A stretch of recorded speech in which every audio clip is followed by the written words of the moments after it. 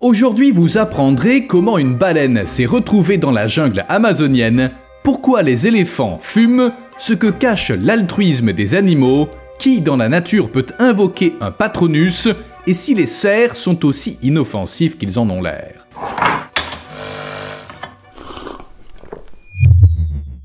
Trouver une baleine échouée est toujours un moment difficile. Mais tomber sur une baleine échouée dans la jungle, des biologistes marins brésiliens ont été stupéfaits de découvrir une jeune baleine à bosse sur le rivage d'une île du fleuve Amazone.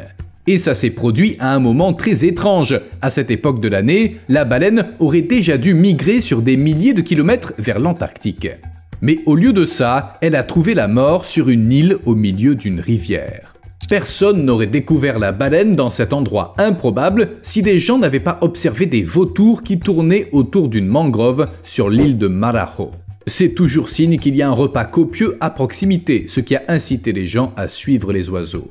Imaginez maintenant la réaction des scientifiques lorsqu'ils ont découvert une baleine morte d'environ 8 mètres de long à 15 mètres du rivage. Cette créature massive était empêtrée dans des buissons denses et elle était morte depuis plusieurs jours. Dans l'océan Atlantique, au large des côtes brésiliennes, il vit des dizaines de milliers de baleines à bosse. Cependant, comme je l'ai déjà mentionné, à cette époque de l'année, c'est-à-dire en février, la quasi-totalité d'entre elles se dirigent vers l'Antarctique pour s'y nourrir. C'est logique, c'est alors l'été dans l'hémisphère sud et la nourriture y est abondante. Mais cette baleine à bosse, découverte près de l'embouchure de l'Amazone, a laissé les scientifiques perplexes. Comment elle avait bien pu faire pour atteindre ce rivage au beau milieu de la forêt et s'y échouer? En volant? Bien sûr que non. Mais une théorie permet d'expliquer ce qui s'est sans doute passé. Selon toute vraisemblance, l'animal nageait près du rivage et la marée montante l'a repoussé vers l'intérieur des terres, dans la mangrove. Et elle n'a pas pu en sortir. Selon une théorie, la baleine était déjà morte lorsque la marée l'a rejetée sur le rivage. Ça expliquerait pourquoi elle s'est retrouvée à un tel endroit alors qu'elle aurait dû se trouver bien plus au sud avec sa famille.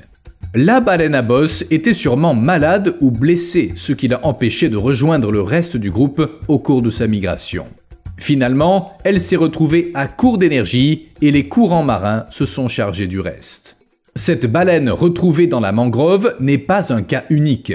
En 2021, un homme qui se dirigeait vers la baie de Barataria en Louisiane a remarqué au loin quelque chose qui ressemblait à des sacs plastiques noirs éparpillés sur la route. Pas un spectacle des plus agréables, mais quelque chose de relativement ordinaire. Cependant, en s'approchant, sa curiosité s'est transformée en horreur lorsqu'il s'est rendu compte qu'il s'agissait des restes de 4 grands dauphins morts et depuis un certain temps. Bien sûr, la première chose qu'il s'est demandé, c'est comment ces dauphins se sont retrouvés sur une route. Pour comprendre, il est essentiel de tenir compte du moment où cet incident s'est produit. Quelques jours plus tôt, l'ouragan Ida avait balayé la côte de la Louisiane, provoquant des inondations. Le niveau de l'eau avait atteint 3,50 m. Les marécages au sud de la Nouvelle-Orléans, où les dauphins ont été découverts, étaient recouverts d'eau.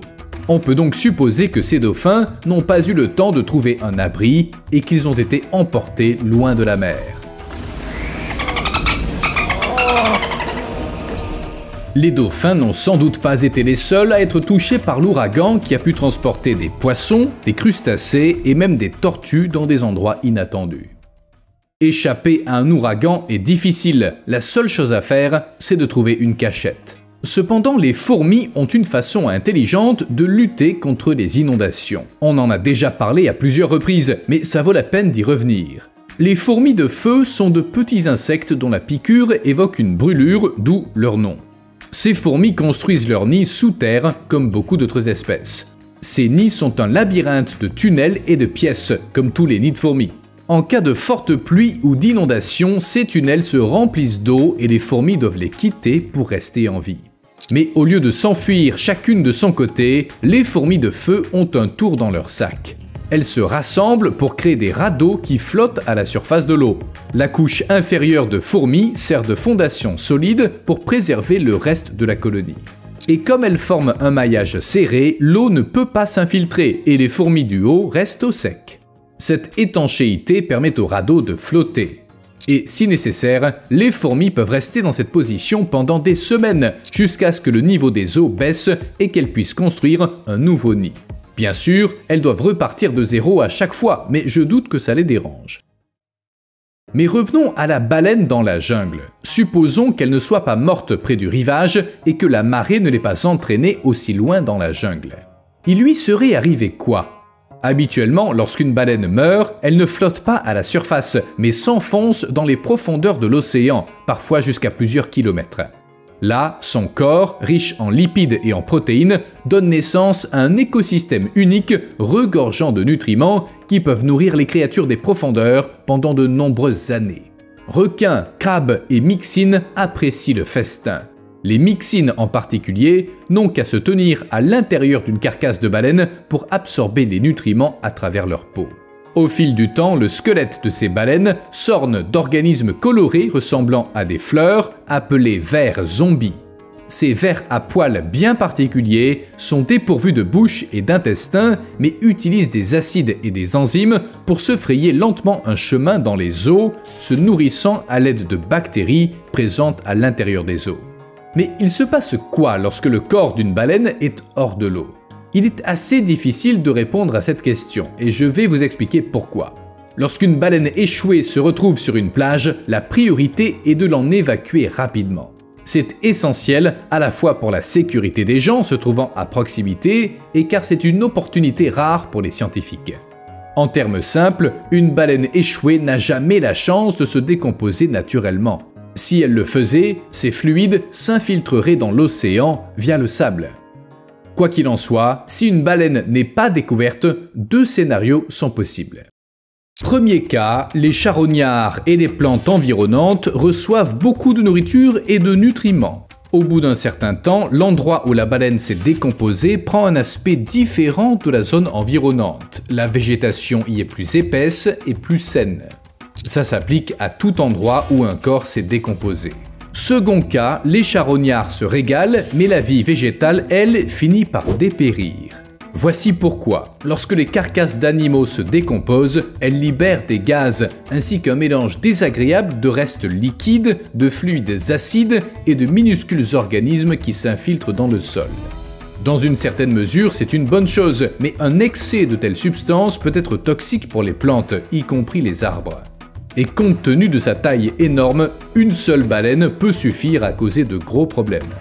Steve et moi croyons davantage au premier scénario. En effet, les charognards se régaleraient sûrement de la carcasse, de sorte que la décomposition ne serait pas concentrée en un seul endroit.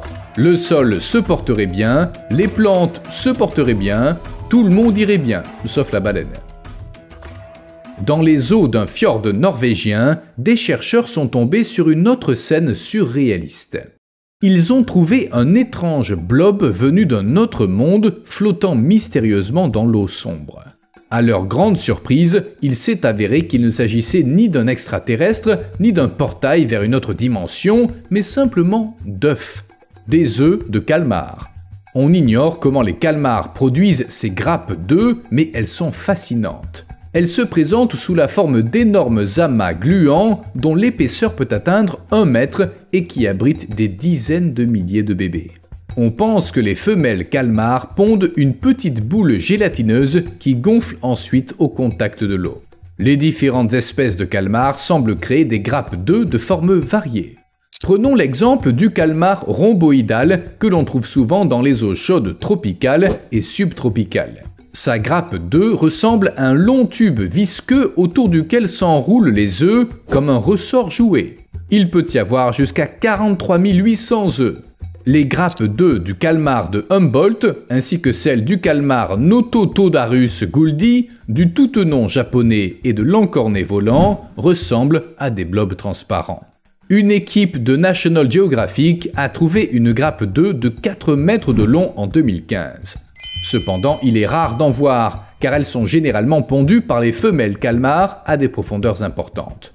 Ces grappes descendent jusqu'à une profondeur d'environ 150 mètres où les bébés calmars finissent par éclore. Comme on trouve rarement des œufs de calmar, on ignore encore le rôle du mucus. Les scientifiques se demandent à quoi sert vraiment cette substance gluante. Certains pensent qu'il pourrait s'agir d'un bouclier protégeant les bébés calmars des prédateurs affamés, poissons ou autres. En 2012, des experts ont essayé d'élever des bébés calmars en laboratoire, mais ils ont remarqué que ces petits êtres étaient vulnérables aux infections et qu'ils mouraient au bout de quelques heures. Mais éloignons-nous du monde des créatures marines et explorons la terre ferme. Un de ses habitants les plus fascinants est le goéland marin. Si vous en avez déjà vu, vous devez savoir à quel point ces oiseaux peuvent être redoutables, surtout pour s'emparer de votre repas. Ces goélands sont les plus grands du genre, avec une envergure allant de 150 à 170 cm et un poids pouvant atteindre 2 kg. Ils peuvent se montrer très sûrs d'eux, surtout à l'heure des repas. En fait, si vous lisez n'importe quel article sur le goéland marin, vous verrez qu'il est omnivore et qu'il se nourrit de mollusques, d'oiseaux et de charognes. Mais aucun article n'évoque les lapins. Pourtant, voici la vidéo d'un goéland qui avale un lapin comme si de rien n'était. Cet incident surprenant a été filmé sur l'île de Scomer, dans le sud-ouest du pays de Galles. Une chercheuse qui a observé la scène de ses propres yeux affirme que le goéland ne s'est même pas soucié de savoir si sa proie était vivante ou non. Une fois le lapin avalé, il est resté coincé dans un endroit spécial situé entre la poitrine et le cou du goéland. Là, même s'il s'était débattu, il aurait vite fini par manquer d'air et il aurait été mort au moment d'atteindre l'estomac. Aussi troublante soit cette situation, elle n'est pas unique. D'autres événements similaires ont été observés, mais il est vrai que comparé à un lapin, le fait de manger un écureuil, un poussin ou un rat semble presque anodin. Un goéland mange ce qu'il veut, la taille et la vie de la proie n'ont pas d'importance. Ce coyote, lui, aurait dû mieux réfléchir à ce qu'il avait l'intention de faire. L'animal avait décidé de boire un coup, il a cassé la glace, avalé une gorgée d'eau, et c'est alors qu'il s'est passé quelque chose d'étrange au niveau de sa mâchoire. Ça a duré à peine quelques secondes. Non, il s'est pas coincé la mâchoire, il a simplement eu un gros mal de crâne à cause du froid, comme lorsqu'on avale une boisson glacée trop vite. Le nom familier est gel de cerveau. Ce phénomène se produit lorsque quelque chose de froid touche le palais. Les scientifiques pensent que c'est dû à un nerf. En gros, les vaisseaux sanguins se contractent rapidement, puis ils gonflent et la sensation de froid se propage de notre bouche à notre tête. Ça affecte l'homme, le chat et de nombreux autres animaux. Au moins, c'est pas dangereux, du moins à notre connaissance. Regardez maintenant ce gecko toqué qui se précipite pour sauver son compagnon de l'emprise mortelle d'une couleuvre volante. Le combat spectaculaire entre les trois animaux a été filmé à Prerup, un ancien temple hindou au Cambodge. Lorsque le deuxième gecko entre en scène, les choses s'emballent. Le serpent n'est manifestement pas ravi qu'une autre créature vienne perturber son repas et il entre en mode défense. Cette espèce n'est pas venimeuse, mais elle est assez agressive. En effet, le serpent continue à s'enrouler autour du premier gecko. Seulement voilà, tout occupé à se défendre, le serpent en oublie qu'il doit rester accroché et il finit par tomber sur le deuxième gecko. Sa proie parvient alors à s'échapper. Mais est-ce qu'il s'agissait bien d'un acte de sauvetage ? Je suis un peu sceptique et je vais vous expliquer pourquoi. Certains de nos spectateurs sont peut-être tombés sur une vidéo montrant une tortue qui en aide une autre à se retourner. C'est une scène hilarante d'entraide dans le monde sauvage qui semble tout droit sortie d'un dessin animé Disney. Mais est-ce que cette vidéo montre réellement une tortue en aidant une autre par pur altruisme ? Lorsqu'on a demandé son avis à un expert en tortues, il n'y a rien vu qui sorte de l'ordinaire. Par ailleurs, on a trouvé plusieurs autres vidéos montrant des tortues se retournant l'une l'autre. Les tortues ont le don de se heurter les unes aux autres et même de renverser d'autres tortues. Il n'est donc pas rare qu'elles agissent de la sorte. Ça a l'air mignon, mais l'expert pense que la vidéo ne montre rien d'autre qu'un comportement agressif ordinaire. Il pourrait s'agir de deux tortues mâles en train de se battre, mais il est aussi possible qu'il s'agisse d'un mâle et d'une femelle en train de se faire la cour. Étonnamment, chez les tortues, même l'accouplement peut être assez agressif et comporter de nombreuses bousculades. Le mâle mord souvent la femelle et la poursuit jusqu'à obtenir ce qu'il veut. Une autre théorie est celle de la parade nuptiale. Le mâle retournerait intentionnellement la femelle pour l'épuiser et l'empêcher de résister, puis la remettrait à l'endroit pour que le rendez-vous reprenne. Pour en revenir à notre gecko, en fin de compte, il a réussi à échapper au serpent, même si ça semblait relever de l'impossible, comme, je sais pas, comme un cochon qui chasserait un ours. Quoi? Steve dit que c'est tout à fait possible.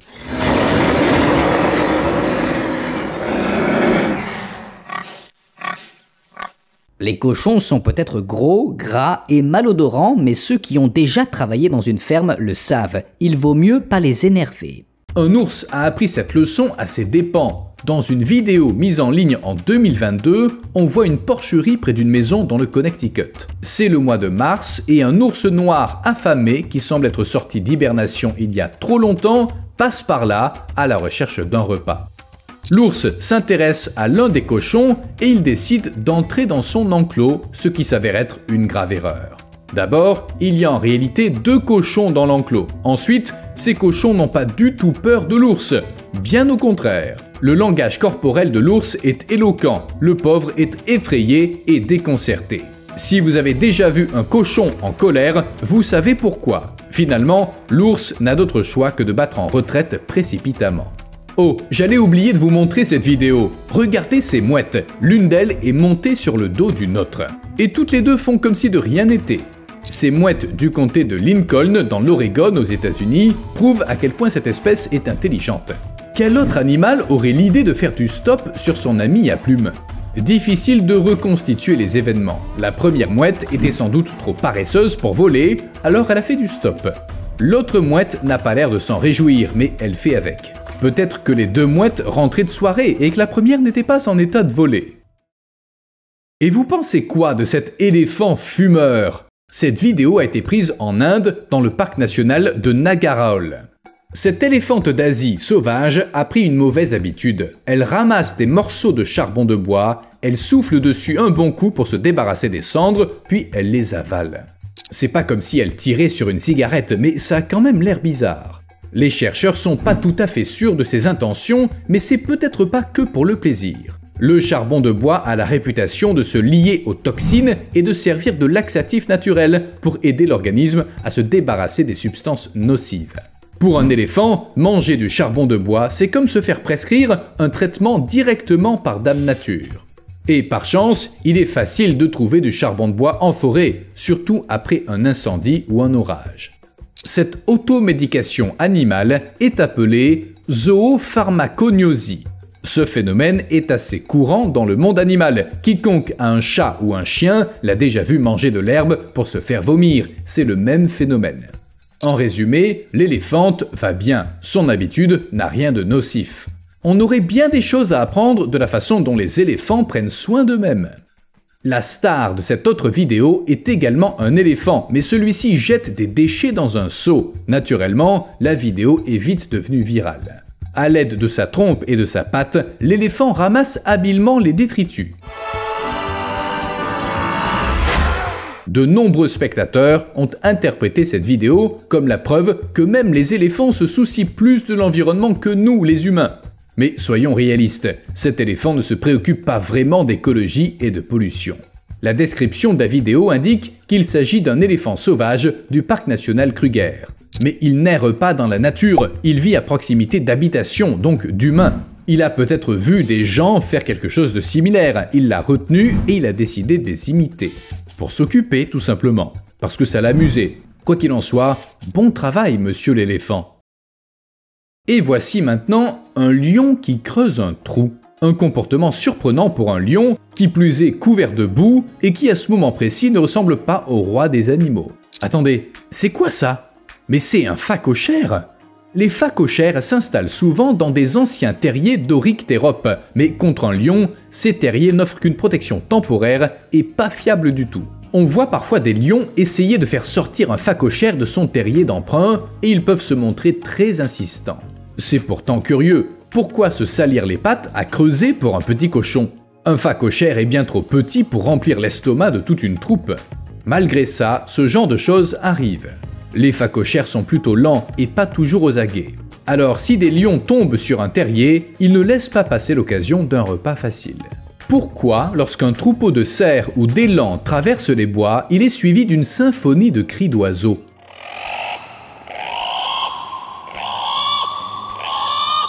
Après tout, les oiseaux n'ont rien à craindre de ces herbivores gracieux et doux.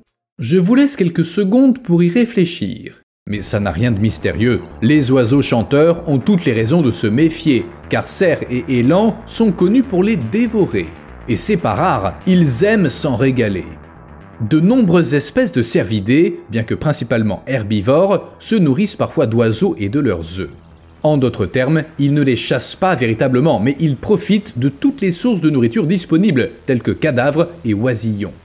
En bref, ils mangent tout ce qu'ils rencontrent en broutant. Herbes, feuilles, fruits, souris, écureuils, oiseaux, œufs, tout est bon à prendre. Des caméras les ont pris en flagrant délit.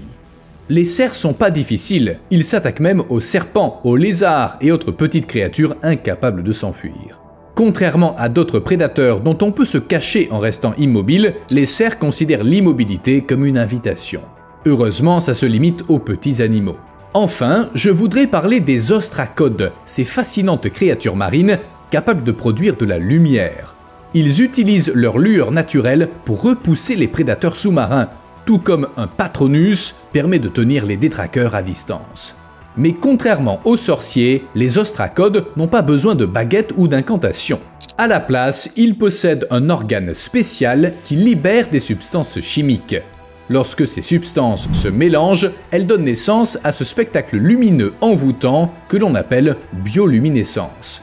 On a compris la raison d'être de cette caractéristique en plaçant des ostracodes dans un aquarium contenant des poissons mangeurs de plancton. Un poisson a englouti des ostracodes et il a alors émis un éclat lumineux. La lumière vive semble avoir effrayé le poisson ou elle lui a fait craindre d'attirer des poissons plus gros. Quoi qu'il en soit, il a rapidement recraché les ostracodes. En fait, ça semble fonctionner encore mieux que contre les détraqueurs.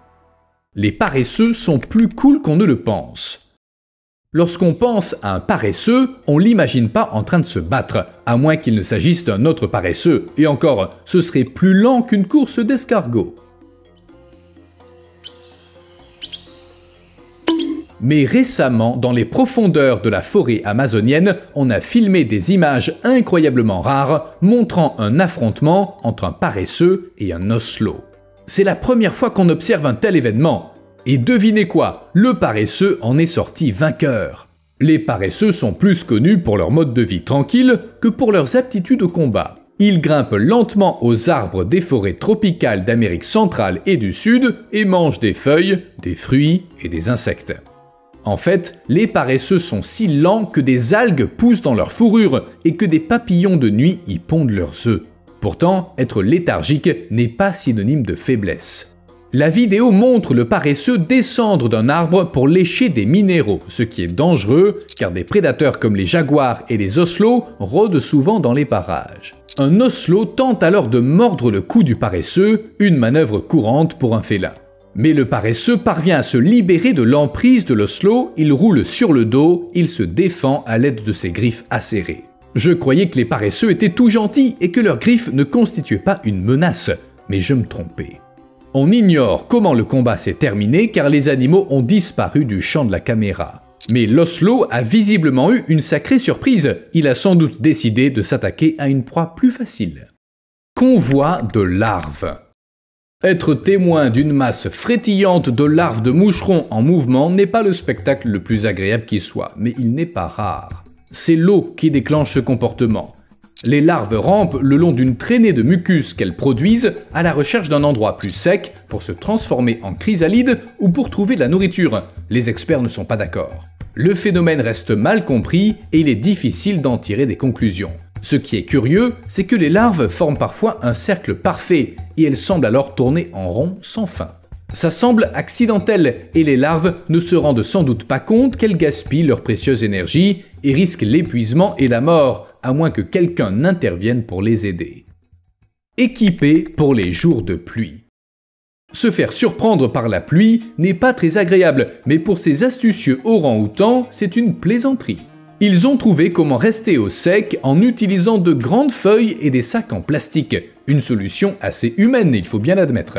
Ce spectacle rare a été filmé par un visiteur d'un parc national du nord de Sumatra. Ce comportement semble être assez courant chez les orang-outans, aussi bien dans la nature que dans les zoos. C'est un phénomène que l'on observe souvent, en particulier chez les mamans orang-outans qui se protègent non seulement elles-mêmes, mais aussi leurs bébés. Avec un peu plus de temps et d'inspiration, qui sait, ces primates inventeront peut-être leur propre version du parapluie. Les vaches à la rescousse. Parfois, il arrive que des vaches aident à attraper des criminels, et c'est pas si rare que ça. Récemment, un suspect s'est enfui après un crime présumé, ce qui a donné lieu à une course-poursuite avec un hélicoptère de police. Mais coup de théâtre, la police a filmé le moment extraordinaire où un groupe de vaches a brusquement entouré le suspect en fuite et l'a escorté hors du pâturage. Le plus étonnant, c'est que les vaches ne se sont pas arrêtées là, elles ont conduit le suspect tout droit vers les policiers, qui étaient prêts à lui passer les menottes. J'ignore de quel crime l'homme était soupçonné, mais il est bon de savoir que les vaches ont décidé d'aider la police et de prendre les choses en main, ou plutôt en sabot. A plus.